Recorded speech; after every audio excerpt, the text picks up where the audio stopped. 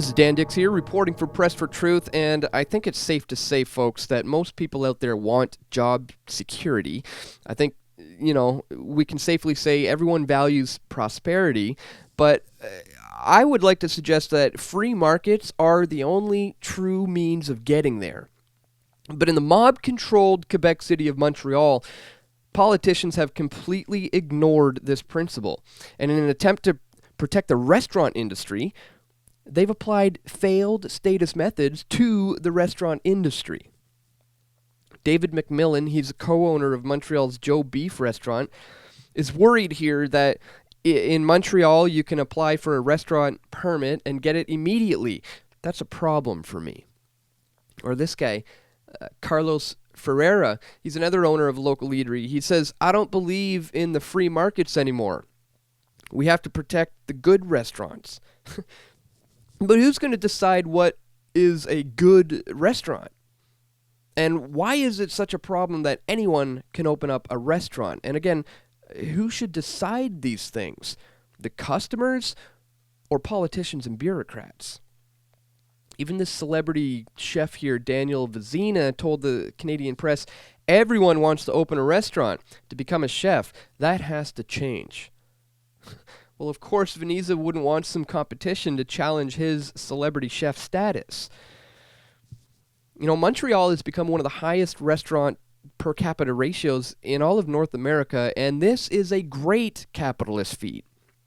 The amount of places to eat is really only troubling to the local politicians and people who are already in the restaurant industry. And this really is hardly surprising in itself. Quebec is a bastion of leftist ideologies, and without equalization money from the rest of the country, their socialist experiment would have gone the way of Greece a long time ago. So believing that they can centrally plan this city in order to balance out different services, Montreal's new bylaw gives politicians the power to prohibit new restaurants from opening, get this, within 25 meters of any existing one along the city's Rue Notre Dame. Francois Monnier, he's the head of Quebec's restaurateur lobby, he fears that this law risks turning the city's restaurant scene into a heavily bureaucratized nightmare like the province's construction industry. Because the problem isn't free markets, folks. Again, it's government bureaucracy. Monnier here says the real threats are coming from road construction, high property and licensing taxes, as well as the potential for a $15 hourly minimum wage. So if the other restaurant owners didn't have all of these expenses, it's likely that they wouldn't be so worried about this competition opening up down the street. And as I said, most people want job security, but big government is not how you get it, folks.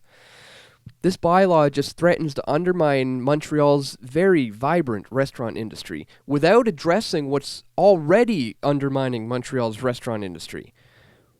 Government road and sidewalk insufficiencies, property taxes and licensing scams, as well as these wage controls. I mean, why don't they just go as far as banning farmer markets or limit the number of grocery stores or convenience stores per neighborhood? Or maybe they could just have a minimum wage for specific professions. So ask yourself, does Montreal have too many cooks? And is the mafia government going to correct this for everyone? Well, yeah, it looks like it, folks. It's just another day in Canada. Quebec finances its socialism with equalization money, while the other provinces undermine their very own once freer markets.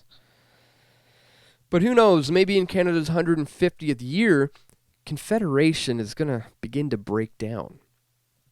But either way, guys, we're going to be here to report on it. Click the like button and share this video if you found this information useful.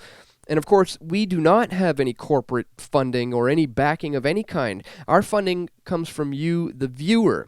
It's a free market of information spreading at its best, folks. So please check out our Patreon page where you can join for $5 or $10 a month or any amount that you'd like. It really goes a long way here at PFT, and we've got a ton of work to do and lots of stuff coming up.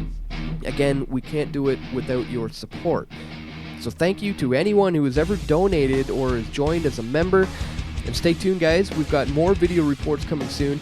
This is Dan Dix reporting for Press for Truth.